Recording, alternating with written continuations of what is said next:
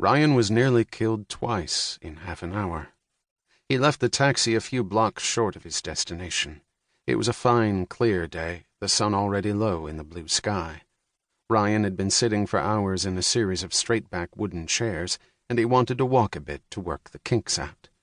Traffic was relatively light on the streets and sidewalks. That surprised him, but he looked forward to the evening rush hour. Clearly these streets had not been laid out with automobiles in mind, and he was sure that the afternoon chaos would be something to behold. Jack's first impression of London was that it would be a fine town to walk in, and he moved at his usual brisk pace, unchanged since his stint in the Marine Corps, marking time unconsciously by tapping the edge of his clipboard against his leg. Just short of the corner the traffic disappeared, and he moved across the street early. He automatically looked left, right, then left again as he had since childhood, and stepped off the curb, and was nearly crushed by a 2-story red bus that screeched past him with a bare 2 feet to spare. "Excuse me, sir." Ryan turned to see a police officer. They call them constables over here, he reminded himself, in uniform, complete to the Mac Sennett hat. "Please do be careful and cross at the corners. You might also mind the painted signs on the pavement to look right or left. We try not to lose too many tourists to the traffic." "How do you know I'm a tourist?" He would now, from Ryan's accent. The cop smiled patiently.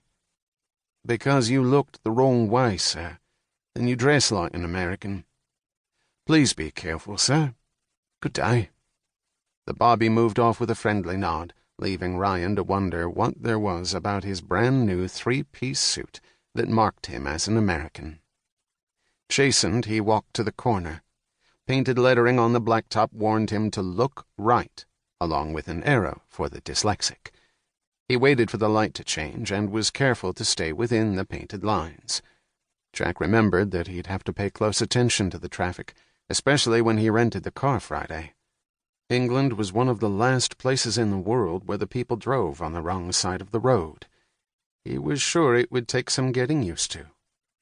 But they did everything else well enough, he thought comfortably, already drawing universal observations 1 day into his first trip to Britain. Ryan was a practiced observer, and one can draw many conclusions from a few glances. He was walking in a business and professional district. The other people on the sidewalk were better dressed than their American counterparts would be, aside from the punkers with their spiked orange and purple hair, he thought. The architecture here was a hodgepodge ranging from Octavian Augustus to Mies van der Rohe, but most of the buildings had an old, comfortable look that in Washington or Baltimore would long since have been replaced with an unbroken row of new and soulless glass boxes. Both aspects of the town dovetailed nicely with the good manners he'd encountered so far. It was a working vacation for Ryan, but first impressions told him that it would be a very pleasant one nonetheless. There were a few jarring notes. Many people seemed to be carrying umbrellas.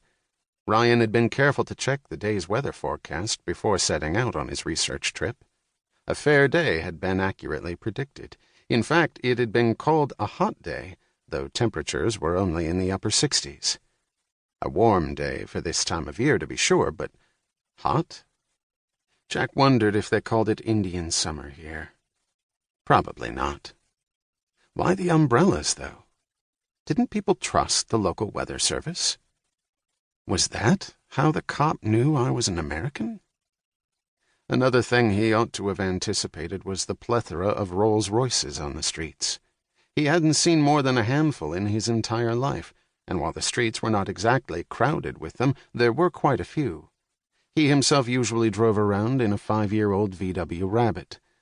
Ryan stopped at a newsstand to purchase a copy of The Economist and had to fumble with the change from his cab fare for several seconds in order to pay the patient dealer, who doubtless also had him pegged for a yank. He paged through the magazine instead of watching where he was going as he went down the street, and presently found himself halfway down the wrong block. Ryan stopped dead and thought back to the city map he'd inspected before leaving the hotel. One thing Jack could not do was remember street names, but he had a photographic memory for maps. He walked to the end of the block, turned left, proceeded 2 blocks, then right, and sure enough there was St. James's Park. Ryan checked his watch. He was 15 minutes early. It was downhill past the monument to a Duke of York, and he crossed the street near a longish classical building of white marble. Yet another pleasant thing about London was the profusion of green spaces. The park looked big enough, and he could see that the grass was tended with care. The whole autumn must have been unseasonably warm. The trees still bore plenty of leaves. Not many people around, though.